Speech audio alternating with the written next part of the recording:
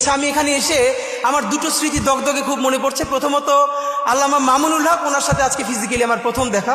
ওনাকে দেখে আমার যেই স্মৃতিটা মনে পড়ছে, ওনারও মনে আছে কিনে জানি না, কয়েক বছর আগেও মনে হয় 2 বছর আগে ওনাকে যখন জেলে নিয়ে আসলো, উনি জেলের যে জেলখানার যে গাড়ি, তো ওনার মাদ্রাসার জামিয়া রহমানিয়ার বেশ কিছু ছেলেরা খুব ভোরে সম্ভবত বোখারি শরীফ বুকে নিয়ে ওখানে লাইনে দাঁড়িয়েছিলেন, তারা তাদের উস্তাদের কাছে বোখারির সবক নিতে চান। তো উনি সেই জেলের গাড়ির মধ্য থেকে বলছেন, এই পড়া ছাড়বা না, এইভাবে পড়বা।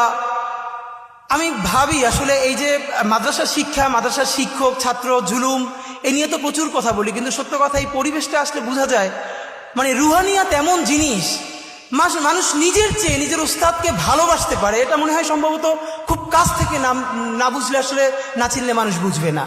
তো শিক্ষক উনি যখন বলছেন যে এরকম পড়তে শুরু করবা, পড়া ছাড়বা না, তখন সেই ছেলেগুলো বুকে বোখারি শরীফ জড়াই ধরে কাঁদতেছে রাস্তার মধ্যে, হ্যাঁ হুজুর এটা শুনবো। তো এই সময়টা আমার খুব মনে পড়ছে। আর আজকে এখানে এসে আপনাদের কাছে শুধু একটা কথা বলতে চাই, বিনীত অনুরোধ। আপনারা দেখেছেন যে আমরা 3টে গণহত্যার কথা সবসময় একসাথে বলি। আমরা বলি জুলাই, পিলখানা ও শাপলা গণহত্যা। আমরা যতবার বলেছি জুলাই নিয়ে কমিশন হয়েছে, অনেক সমালোচনার পরে পিলখানা নিয়েও একটা কমিশন করা হয়েছে। যদিও বলে রাখি সেই পিলখানার প্রকাশ্য প্রতিবেদন আসবে কিনা আমরা জানি না, কিন্তু ঠিক কোন কারণে শাপলা নিয়ে এখন পর্যন্ত একটা গণহত্যা কমিশন করা যায় নাই? তাহলে এই শাপলার রক্ত কি রক্ত বলে মনে হয় না? শাপলার মানুষের মাথায় টুপি, মুখে দাড়ি, তারা অনেকে গরিব, তারা প্রান্তিক, পশ না, আরবান মিডল ক্লাস না, তাদের তকতকে কোনো প্রতিষ্ঠান নাই। মানে এই জন্য কি সে নাগরিক হয়ে উঠতে পারে নাই? তার রক্তের কি এক ফোঁটা দাম নাই?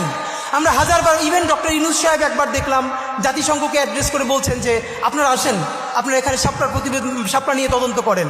এরপরে আর কেউ কথা বলছে না। আপনাদের কাছে আমার শুধু একটা দাবি, অনেকে বলেছে যে আমরা যে ইনসাফের রাষ্ট্র বলি, ইনসাফের সমাজ যে কায়েম হচ্ছে এটা বুঝবো কিভাবে?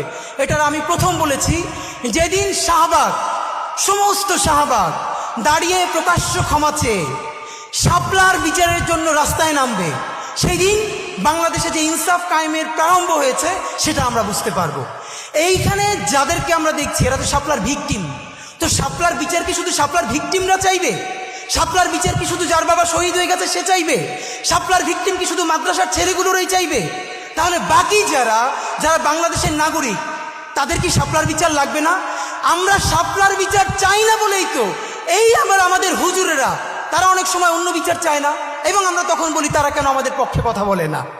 এই বিভাজন ভেঙে শাপলা গণহত্যার জন্য কমিশন করতে পারতেই হবে আমাদেরকে। আমি আপনাদের কাছে বিনীত